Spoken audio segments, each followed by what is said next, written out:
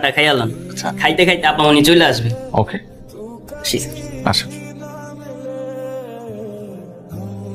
আকবর, চায়ের সাথে বিস্কিট দাও না কেন? শুরুতেই গলদ। প্রথম দিন এসে আমার বই নষ্ট করে ফেলেন, এখন কি পড়বো? Sorry, extremely sorry. সরি বললেই সবকিছু সলভ হয়ে যায়, এত ইজি। আচ্ছা আমি পরিষ্কার করে দিই। পরিষ্কার করা তো আপনার কাজ না। আকবর জি আপা। যা পড়ান। এখন কি করব? পড়াবেন? হ্যাঁ ঠিক আছে। স্যার আজকে আমার পড়ার মুড নাই, আপনি চলে যান। কোথায় গেছে মুড? মানে কতক্ষণে ফিরতে পারে মনে? মুড আর আজকে আর আসবে না। আজকে আর আসবেই না? কি হলো, বসে আছেন কেন? যান। হ্যাঁ যাই, না হলে আকবরের মতো আমার নাম ধরে ডাক দিবে আবার। আসি। আচ্ছা তোর নতুন স্টুডেন্টের খবর কি? ভালো না, মনে হয় না স্টুডেন্টের বেশি দিন পড়াইতে পারবো। কেন? 2 দিন হয়ে গেছে, এখনো বই খুলতে পারি নাই। এটা পড়তেই চায় না, পিচ্ছি কিন্তু ধান না মরিচের মতো। কথার কি জাজ ওরে বাবা। আপনি 6 মিনিট 37 সেকেন্ডস লেট। কয় মিনিট কত সেকেন্ডস? 6 minute 37 seconds. ঘড়িটার ব্যাটারি নষ্ট হয়ে গেছে তো তাই। ঘড়ির সাথে লেট হওয়ার কানেকশন কি? না না, ঘড়ির সাথে লেট হওয়ার কোনো কানেকশন নেই, বাসের সাথে আছে। আমি বাসে করে আসি তো ট্রাফিক জ্যাম ছিল। বাসে? আপনার গাড়ি নেই? আমার গাড়ি থাকলে তোমাকে টিউশনি করাতাম না। তাই তো। এই মামা। মামাকে ডাকছো কেন? চলেন। কোথায় যাব? আগে চলেন তারপর বুঝবেন, চলেন। কোথায় বসবো? এখানে। এখানে কেন বসবো? আমার এখানেই পড়তে ইচ্ছা করছে আজকে। এখানে পড়বে তুমি? মাই গড। এখন স্যার হিসেবে আপনার দায়িত্ব আমাকে পড়ানোর। কিন্তু তুমি যা শুরু করছো এভাবে তো আমি তোমাকে পড়াইতে পারবো না। আমি চিটাগং ইউনিভার্সিটি পড়তে চাই, ঢাকা ইউনিভার্সিটিতে না। হুট করে তুমি ঢাকা থেকে চিটাগং ইউনিভার্সিটি কেন শিফট করতে যাচ্ছ? স্যার আমার বয়ফ্রেন্ড চিটাগং ইউনিভার্সিটিতে পড়ে, বুঝতেই তো পারছি। কার বয়ফ্রেন্ড? আমার। হোয়াট? পিচ্ছি মেয়ের বলে বয়ফ্রেন্ড আছে? পিচ্ছি? আমি পিচ্ছি না। না তুমি পিচ্ছি না, তোমার বয়ফ্রেন্ড পিচ্ছি। শোনো, তোমার এখন পড়াশোনা করার বয়স, প্রেম করার বয়স না।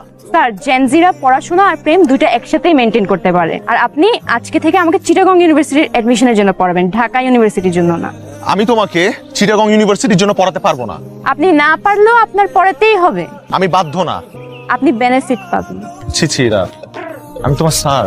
স্যার অন্য কিছু ভাববেন না, আমি আপনাকে টাকা বাড়িয়ে দিব। পিচ্ছি মেয়ে আমাকে টাকার লোভ দেখাচ্ছে।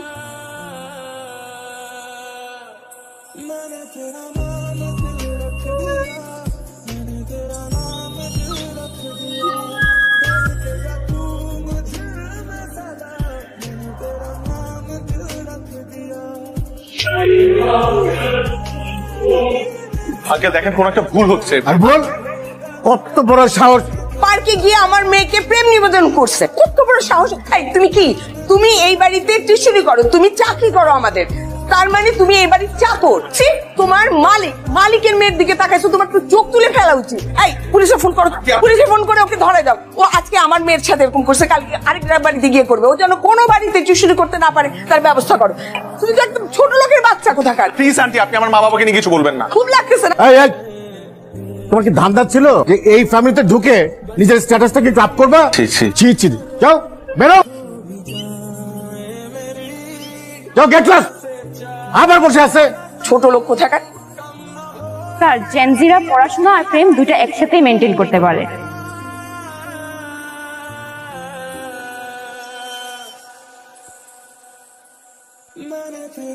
ম্যাডাম আপনি কার কাছে যাবেন? আমি রিফাত স্যারের কাছে যাব। ম্যাডাম তার পারমিশন ছাড়া তো আমি আপনাকে যেতে দিতে পারি না। আমি বেশি সময় নিব না। কি হয়েছে এখানে? রিফাত কি হয় আপনার? বয়ফ্রেন্ড? হাজবেন্ড?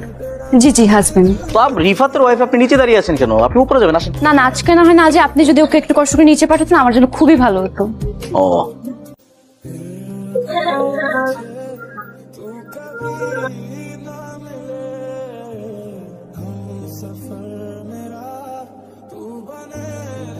কি সমস্যা আপনার? সমস্যা কি আপনার? আমাকে ফলো করতে করতে আমার অফিস পর্যন্ত চলে আসছেন, এখানে এসে সিম ক্রিয়েট করছেন কেন? প্রবলেম কি আপনার? I remember everything. এটা আমার কাজের জায়গা। এখানে এসে আপনি মিথ্যা কথা বলছেন যে you are my wife, you are not my wife. আপনার সাথে আমার কোনো ধরনের সম্পর্ক নেই। আপনি আমার স্টুডেন্ট ছিলেন, দ্যাটস ইট। আগেও একবার আমার ক্ষতি করার চেষ্টা করেছিলেন, এখনো আবার ক্ষতি করার চেষ্টা করছেন। ওয়াই? আমি আপনার সাথে কোনো অন্যায় করেছি? কোনো কুপ্রস্তাব দিয়েছিলাম আপনাকে? না, দেইনি। কিন্তু আপনি উল্টা আমার ক্ষতি করার চেষ্টা করেছেন। আমার শুনতে হয়েছে আপনার মায়ের কাছ থেকে যে আমার ফ্যামিলি খারাপ, আমার বাবা মা খারাপ। সেদিন আমি কিচ্ছু বলি না, শুধুমাত্র আপনার দিকে তাকিয়ে, কারণ আমার মনে হচ্ছে আপনি ছোট মানুষ, আপনি হয়তো বা না বুঝে এই কাজটা করে ফেলেছেন। But not anymore. আমি এটা ছেড়ে আসছি, এখন আমি একটা নতুন লাইফ লিড করছি। প্লিজ এখানে আমাকে ডিস্টার্ব করবেন না। আমি কখনো আপনার সাথে আর দেখা করতে চাই না, কথা বলতে চাই না। প্লিজ দয়া করে আপনার এই চেহারাটা আমাকে কখনো আর দেখাবেন না। মনে থাকে যেন আপনার, কখনো আমি আর কখনো আপনার এই চেহারা দেখতে চাই না। তুই আর রিফাত নাকি পার্কে গেছিলি? কে বললো বাবা? আমাদের ড্রাইভার রফিক। কেন গেছিলি বল? এই যে চুপ করে আছে, কি গেছিলি কেন বল না? স্যার আমাকে পার্কে নিয়ে গিয়ে প্রপোজ করেছিল। আসসালামু আলাইকুম স্যার। ওয়ালাইকুম সালাম। স্যার একটা মিনিট দাঁড়ান স্যার, আপনার একটা পার্সেল আছে। স্যার। কে দিল এটা? স্যার আপনার ওয়াইফ রেখে গেছে। আমার wife? G sir.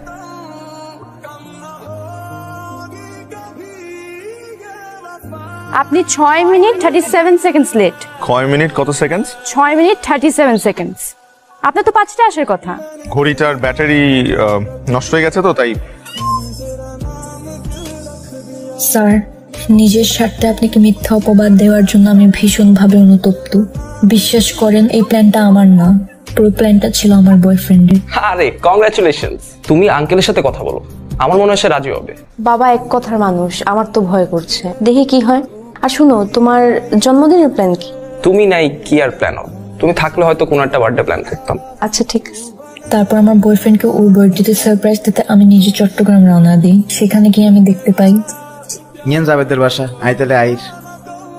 Happy birthday. Thank you, কিন্তু তুমি এখানে? তোমার বার্থডে সারপ্রাইজ দিতে আসছি। না না সেটা ঠিক আছে, কিন্তু নিচে একটা কফি শপ আছে, বুঝছো? খুব ভালো। তুমি এখানে 10 মিনিট বসো, আমার একটা ফ্রেন্ড আসছে, তোদের জাস্ট বিদায় দিয়ে আমি চলে আসতেছি। নিচে কি আসছে? আমি ইরা। আর তুমি? আমি শান্ত। তোমার এক্স? কি এক্স? আমি তোর প্রেজেন্ট গার্লফ্রেন্ড। তুমি প্রেজেন্ট গার্লফ্রেন্ড হলে আমি কি? প্লিজ 10 মিনিট নিচে ওয়েট করো, আমি বুঝছি। তুমি কি বুঝাবা? ইরা তুমি কই যাচ্ছ? সেখান থেকে মন খারাপ করে যখন ঢাকার উদ্দেশ্যে ব্যাক করি, তারপর বাসা আসার পর অনেক দিন আমার মন খারাপ থাকে। কি রে, 2 দিন ধরে দেখছি এরকম একলা একলা বসে থাকিস কেন সারাক্ষণ? নে খাবার নিয়ে আসছি, খা। না খাবো। কি হলো তোর? কেন খাবি না? আরে খা, খেলে খেলে। খাবো না, যাও না। আশ্চর্য। মন খারাপের মাঝে একদিন ফেসবুক স্ক্রল করতে গিয়ে দেখতে পাই আপনাকে টিউশন মিডিয়া থেকে ব্যান করা হয়েছে। সেটি দেখার পর নিজেকে আরো বড় অপরাধী মনে হতে থাকে। তারপর টিউশন মিডিয়াতে যাই, গিয়ে ওদেরকে সত্যটা বলি। বিশ্বাস করেন এখানে রিফাত স্যারের কোনো দোষ নেই, সব দোষ আমার। I am very sorry about everything. শিক্ষকতা একটি মহান পেশা। আপনাদের মতো কিছু মানুষের ভুলের কারণে আজ মেধাবী শিক্ষার্থীরা এই পেশা থেকে দূরে সরে যাচ্ছে। চিরং ইউনিভার্সিটিতে ভর্তি হতে চেয়েছিলে কেন? আমার অনেক ইচ্ছা ছিল চিটাগং ইউনিভার্সিটিতে পড়ার। তো আমাদের বলিস না কেন? আমি অনেকবার ট্রাই করেছি বলার, কিন্তু তোমরা তো কখনো বুঝোনি। তাই বলে ইফাতের নামে একটা মিথ্যা অপবাদ দিয়ে ওকে ছোট করবা? তুমি জানো রিফাতকে যে এজেন্সি থেকে আমরা হায়ার করছিলাম তারা ফোন করে আমাকে অপমান করছে, বারবার জানতে যাচ্ছে রিজনটা। কেন করলো এরকম? অ্যান্সার করো। তোমাদের একটা সমস্যা কি জানো, যে কোনো একটা ঝামেলার মধ্যে পড়লে জাস্ট সাইলেন্ট হয়ে থাকো। আর এই যে তুমি, হ্যাঁ, তোমার আজকাল পেয়ে পেয়ে ওরা সবাই এখন যে যার মতো ইচ্ছা তাই করছে। শোনো, আমার একটা ক্লিয়ার কথা বলে দেই, এই মেয়ে ঢাকা ইউনিভার্সিটিতে পড়তে হবে, আর যদি ঢাকা ইউনিভার্সিটিতে চান্স না পায় তাহলে ওই যে বাসা পাশে ডিগ্রি কলেজ আছে ওইখানে পড়বে। দিস ইজ ফাইনাল, ওকে? বাবার কথা অনুযায়ী ঢাকা ইউনিভার্সিটির এডমিশন টেস্টের জন্য পড়াশোনা স্টার্ট করি। পড়াশোনার ফাঁকে ফাঁকে আপনাকে ফোনে ট্রাই করি। এর একটা কথা মনে রাখবে, পড়ালেখা মানে জীবনের জন্য প্রস্তুতি গ্রহণ করা নয়। এমন ভাবে পড়ো যেন পড়ালেখাই তোমার জীবন হয়ে ওঠে। আপনার দেওয়া উপদেশটা মেনে আমি ঢাকা ইউনিভার্সিটিতে চান্স পেয়েছি। বিশ্বাস করেন স্যার, সেদিন হঠাৎ করে বাসের জানালায় আপনাকে দেখি। এরপর থেকে ফলো করা শুরু করি। আপনাকে বিরক্ত করার কোনো ইচ্ছেই ছিল না আমার। আমি শুধু আপনার কাছে ক্ষমা চাইতে চেয়েছি। এই জন্য কয়েকদিন ধরে আপনাকে বিরক্ত করেছি। আমি কথা দিচ্ছি স্যার, আপনি আমাকে ক্ষমা করে দিলে আমি আর কোনোদিন আপনার সামনে আসবো না বা বিরক্ত করব না। আপনি যদি আমাকে ক্ষমা করে দেন তাহলে আগামীকাল বিকেলে আপনার সাথে আমি দেখা করতে চাই।